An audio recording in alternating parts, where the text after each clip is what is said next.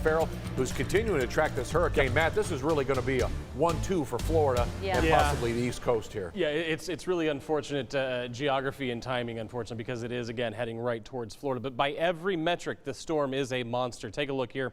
It stretches from the Bay of Campeche almost all the way over to the Gulf of Florida already. This is a huge storm. We're looking at winds at 180 miles per hour. And just like we do when we talk about our own weather, you have sustained winds. You also have gusts.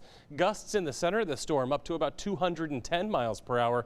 And then again, take a look at the central pressure. Again, I know we don't talk about millibars a whole lot. I know it's one of those things we don't talk about, but just as a point of reference, again, Katrina came on shore in Louisiana with a central pressure of about 902 millibars. So very close to Katrina strength there in terms of the central pressure. Now, we have to look for good news in these situations, right? Well, it's a Category 5 now, and it's going to stay that way at least until it gets past the Yucatan. We're looking at winds potentially up to 185 as we head through the overnight hours tonight. And then as we head towards tomorrow, notice what happens. We're already starting to see some weakening as it makes that turn to the northeast, encountering a little bit of wind shear. Not necessarily a greatly conducive environment to hurricane development, and that could be a little bit of good news. Already down to a Category 4 by the time we're about 200 miles out from Tampa. Now, at this point, you're getting the outer bands. You're still going to be seeing very strong deteriorating conditions here in the Tampa area and again along the west coast here, but winds down to about 145, and then by the time it makes landfall Wednesday evening,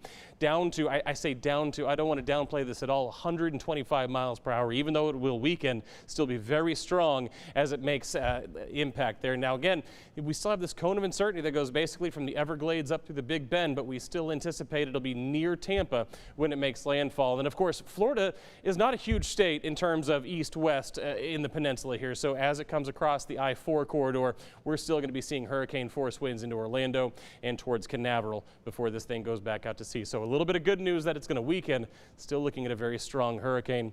And those storm surge forecasts, again, this graphic's taking a little bit long to upload here, but we're looking at 12 feet plus in the Tampa area and again along the bay. Again, that's 12 feet of water coming on shore as the storm pushes in towards landfall. So keep that in mind. This is a very dangerous storm. Rain's, again, rain's kind of pale in comparison to the idea of storm surge, but we're still talking 5 to 10 inches across the peninsula here. And the reason this was able to intensify so quickly is because sea surface temperatures in the Gulf this time of the year are supposed to be in the 70s. We're looking at the mid-80s, hot water in the Gulf, and that is what has led to the intensification. So for our own weather, not a lot to talk about. 95, 62, your totals for today. Out there right now, most of us still in those lower 90s, and we're going to see this trend continue as we head through the night tonight, back into the lower 60s by tomorrow morning.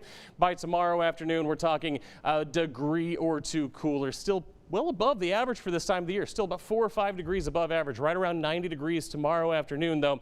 We will see the return of that dry air. Some of that humidity we dealt with today will be gone, so it'll be a more comfortable 90 or 92 across the area. And in your 7-day forecast, this is why I was able to spend so long talking about Milton. I don't have much for you. I've got lower 60s and upper 80s, lower 90s, basically for the next 7 days, and really for the next 10 to 14 days. And cloudless, lots of sunshine? That's right. Okay.